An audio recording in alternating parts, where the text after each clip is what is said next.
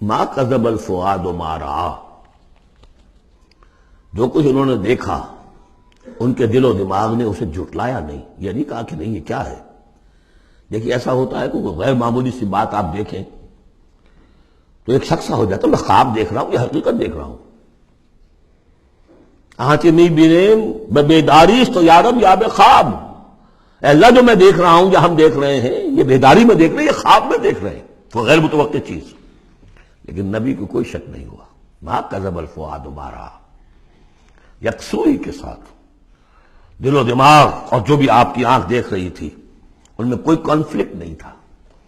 ما کذب الفؤاد ما رأى فتمارونہ علی ما یری، تو کیا تم اس سے جھگڑتے ہو اس چیز پر کہ جسے وہ دیکھ رہا ہے؟ اقبال نے کہا نا کہ قدندر ہرچے گوید دید گوید، جو شخص اپنا دیکھی ہوئی چیز بیان کر رہا ہے تم اس سے جھگڑ رہے ہو؟ تمہارے لیے تو وہ ایک غیب کی خبر ہے، اس نے تو دیکھا ہے۔ افتمارونہ علی ما یری وَلَقَدْ رَآهُ نَزْلَةً أُخْرَىٰ، اس نے تو ایک مرتبہ اور بھی دیکھا۔ کہاں دیکھا؟ عند سدرۃ المنتہیٰ، شب معراج میں سدرۃ المنتہیٰ۔ کوئی بیری کا درخت ہے، وہ کیسی بیری ہے؟ ساتویں آسمان کی بیری، وہ آخری حد ہے، مخلوق کوئی اس سے آگے نہیں جا سکتی۔ اس سدرۃ المنتہیٰ، منتہا نہایت، حد، جہاں کی حد ہو گئی، وہاں تک حضور پہنچے ہیں، سدرۃ المنتہیٰ تک۔ اندہا جنت الماوا، اور سب سے اونچی جو جنت ہوگی جنت الماوا، وہ اس کے قریب ہی ہے، وہ بھی ساتویں آسمان پر ہے۔ یہ تو درجہ بدرجہ ترقی ہوتی جائے گی نا۔ پہلی ضیافت جو ہے، پہلی نزل جو ہے وہ تو اسی زمین پر ہو جائے گی، پھر جو ترقی ہوگی اپنے اپنے مدارج، اپنے اپنے مراتب، اپنے اپنے مقامات، اپنے اپنے ایمان کی گہرائی، اپنے اپنے اعمال صالحہ، اپنا اپنا انفاق مال و جان، اس کے حوالے سے درجے ہوں گے۔ اندہا جنت الماوا اذ یغشی السدرۃ ما یغشی، جبکہ ڈھانپے ہوئے تھا اس بیری کو جو ڈھانپے ہوئے تھا۔ اب تمہیں کیا بتائیں کیا ڈھانپے ہوئے تھا، تم نہیں سمجھ سکتے۔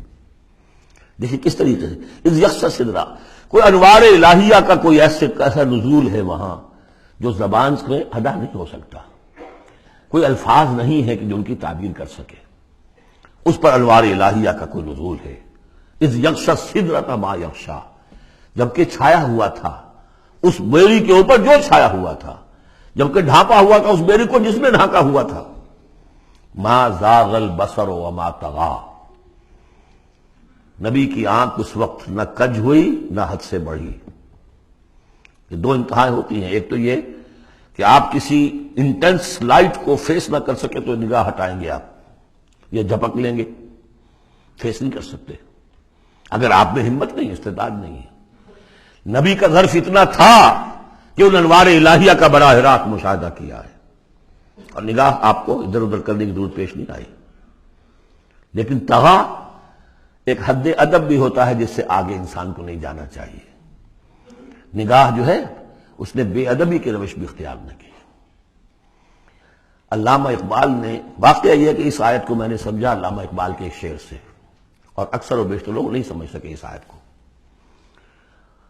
ذوق و شوق کے نام سے جو ان کی نظم ہے بال جبریل میں، وہ میرے نزدیک ان کے شاعرانہ جو ان کی استعداد ہے اس میں بلند ترین نظم ہے وہ۔ جہاں تک پیغام ان کا جو ہے امت مسلمہ کے لیے، اس کے لیے ابلیس کی مجلس شورا، وہ کلائمیکس ہے، اور وہ ہے بھی ان کے آخری زمانے کی نظم ہے، سن 36 میں انہوں نے کہی ہے۔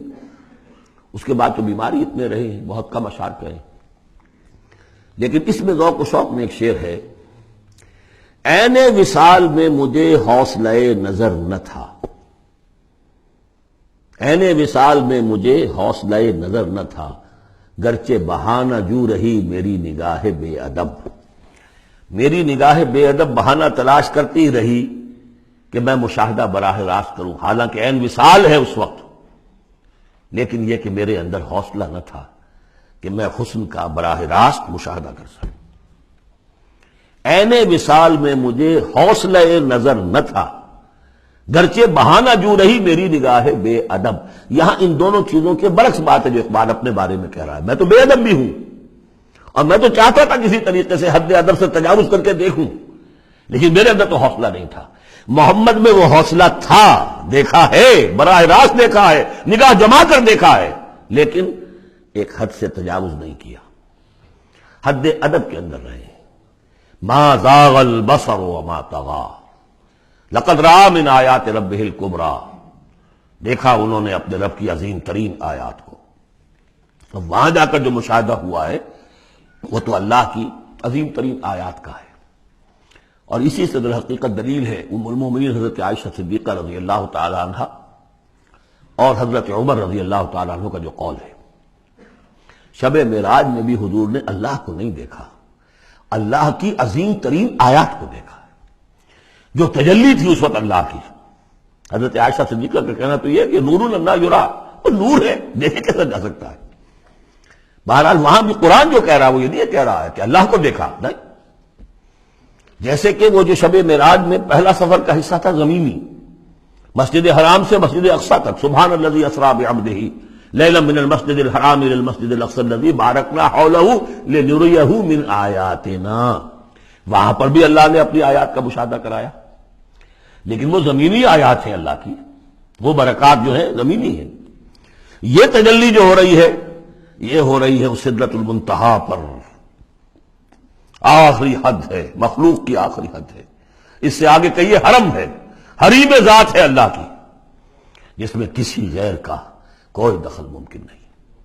اس حد پر جا کر جو وہاں تجلیات باری تعالیٰ تھے ان کا مشاہدہ کیا ہے۔ لقد رأى من آیات ربہ الکبریٰ افرأیتم اللات والعزیٰ، اب یہاں مضامین وہی شروع ہو گئے ہیں جو مکی صورتوں کے ہیں۔